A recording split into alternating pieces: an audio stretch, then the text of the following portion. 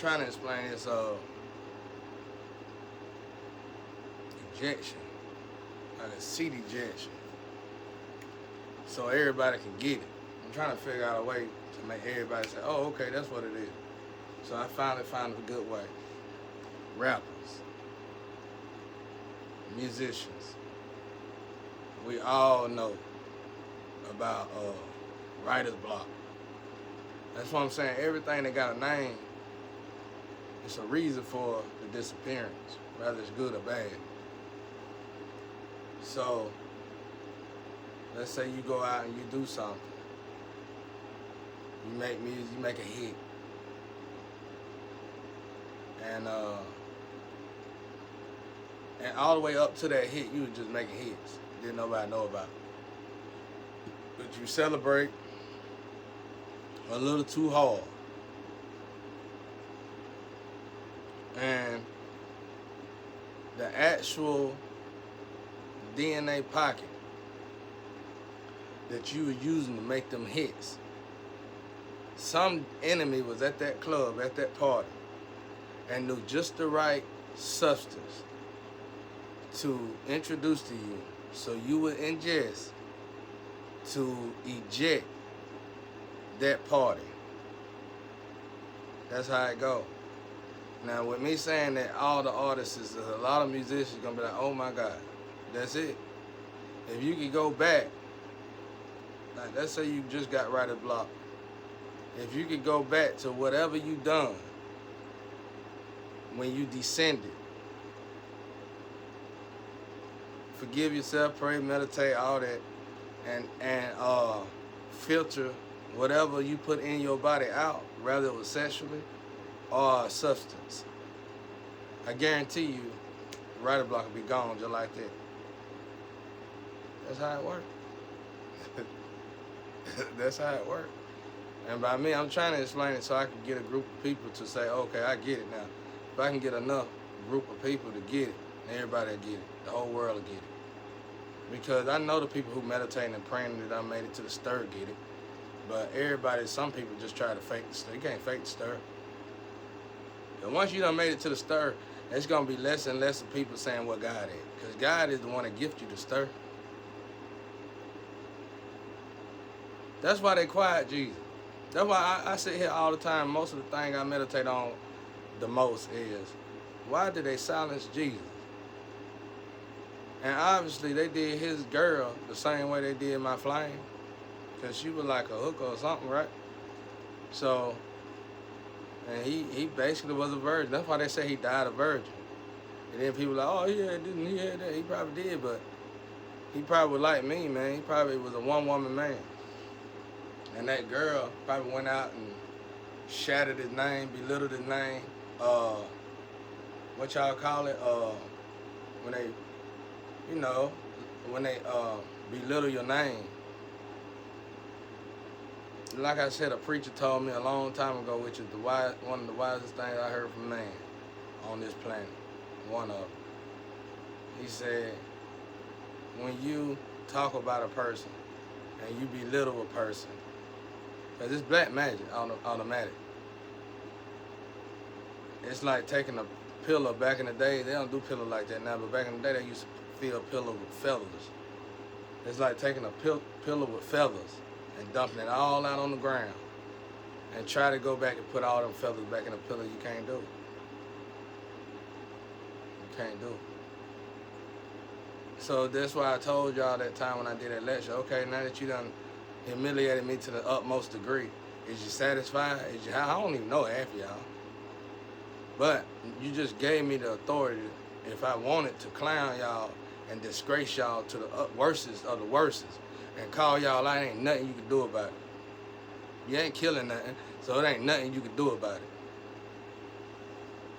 it. You need to be thankful and say, man, he real, man. Because I know I sacrificed him.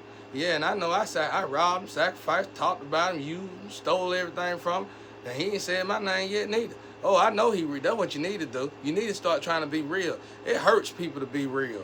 When people done been in devil mode for so long, it feel like they gut. You can look. I like to look them in the eyes.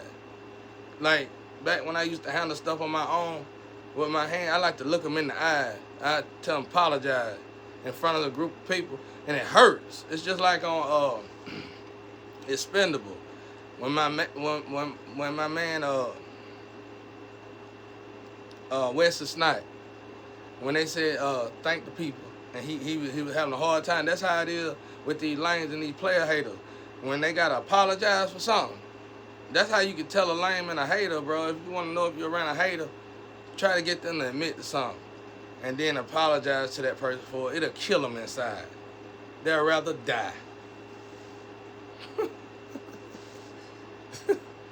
The scumbags would rather die.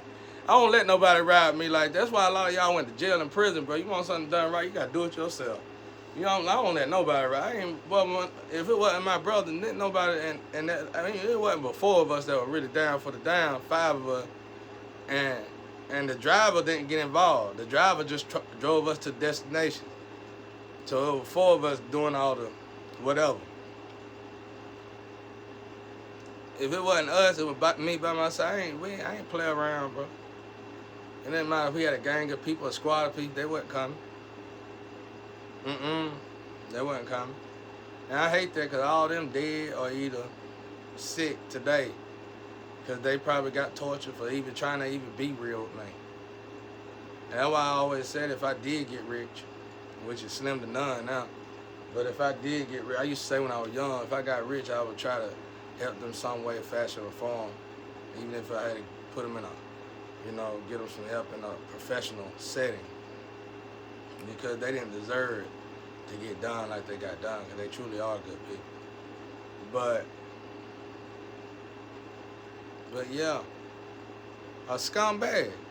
It's 8.2 billion people out here, bro. And in the billion, at least 5 to 6 billion of them probably scumbags, bro. And what I mean by that is, I guess y'all like, oh man, you can't call everybody. No, what I'm saying is you still in the devil's hands. You a karmic. And as long as you're on demon time, you a karmic. So I just call you scumbag because we slum dogs out here. You know what I'm saying? And scumbag, you know. It's better than calling y'all all that other stuff y'all call each other. Scumbag and karmic pretty much get to the point of what you truly is. And that way, if I had to go from one slum to the other, and you see my face and you know me, you know I won't be doing no business with you because I think you're a scumbag or a karmic. I ain't got to waste my words, which I ain't casting no pearls, no swine. Real time.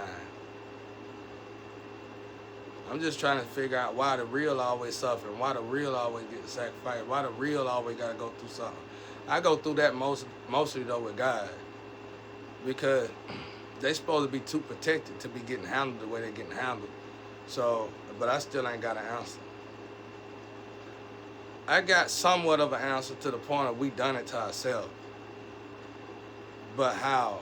It's like, let me say this. It's like somebody know who's sacrificing our people, and they real individual, but that person is paying them off to be quiet. And as long as them real individuals is supporting this fake individual for sacrificing our people, then we all the real individuals gonna suffer. Outside the real individual that participated in sacrificing the real individuals. Yeah, I know I should say they fake individuals, but they not fake individuals because they probably royalty individuals. And they shouldn't even be thinking about doing that. But they under some kind of spell to where they feel like they gotta do that. That's what I got out of it, but that could be just so wrong. But anyway.